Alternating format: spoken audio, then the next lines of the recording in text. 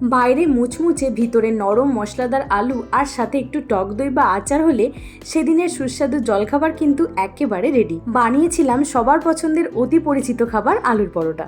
এখানে প্রথমেই 4টে আলুকে সিদ্ধ করে ভালোভাবে স্ম্যাশ করে নিয়ে দিয়েছি পরিমাণ মতো নুন, গোলমরিচ গুঁড়ো, জিরে গুঁড়ো, সামান্য বিট নুন, হাফ চামচ আদা বাটা আর কুচানো ধনেপাতা। সবকিছু ভালোভাবে মাখিয়ে নিলেই আলুর পুর কিন্তু একদম রেডি।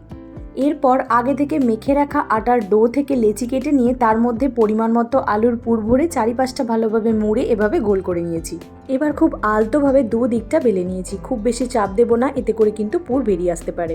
এরপর গরম তাওয়ায় এক পাশটা ভালো করে সেঁকে নিয়ে অন্য দিকটা উল্টে নিয়ে দিয়েছি 1 চামচের মতো ঘি। চাইলে এখানে ঘিয়ের পরিবর্তে সাদা তেল বা বাটারও কিন্তু ব্যবহার করা যেতে পারে। এবার দুপাশ সোনালি করে ভেজে নিলেই গরম গরম আলুর পরোটা কিন্তু একদম তৈরি। তো রেসিপিটা কেমন লাগলো আমাকে অবশ্যই কমেন্টে জানিও। আজকের জন্য এটুকুই, টাটা।